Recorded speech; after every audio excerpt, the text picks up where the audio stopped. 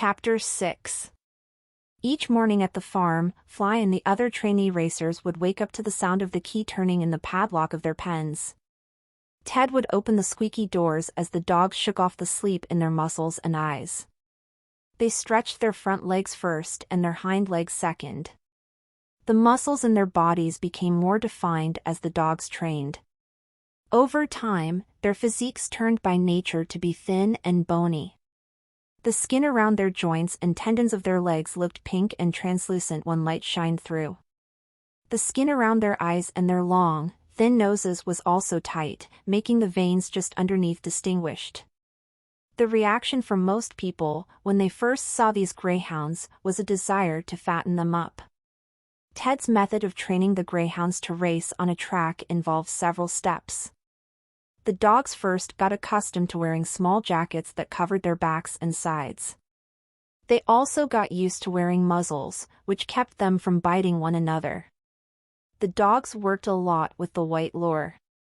The greyhounds were eager to chase the lure, which was attached to a motorized rail that was set on the inside fencing of the oval-shaped racetrack.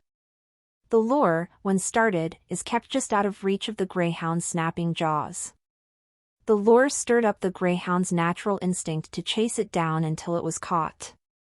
Before the start of a greyhound dog track race, the greyhounds are led on their leads by walkers called slippers, who bring them to individual starting boxes called traps. These are constructed side by side. The greyhounds are then placed inside behind a closed door. The crowds, who attended these races to bet money on the greyhounds, could hear the greyhounds barking inside the traps, eager to get out and run.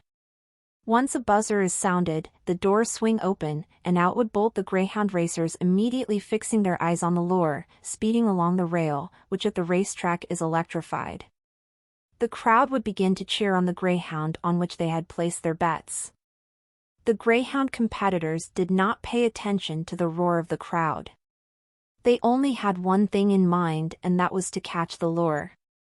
These dogs loved to run fast. Once the lure was gone from sight, the race was over and the greyhounds would gather together past the finish line, huffing and puffing, with their tongues hanging out. They appeared to be very much enjoying each other's company. By now, Fly and the other greyhounds at Ted's farm had become part of this racing world. Their training in racing had transformed them into true athletes. Greyhound owners named these racers with unusual names, with phrases like, "The chores can wait," "Always out front," "Better breeze by," etc. Ted felt particularly fond of his present group of competitors. He was very confident that they would be obedient, disciplined, and extremely fast. And, of course, to make him and the farm a lot of money.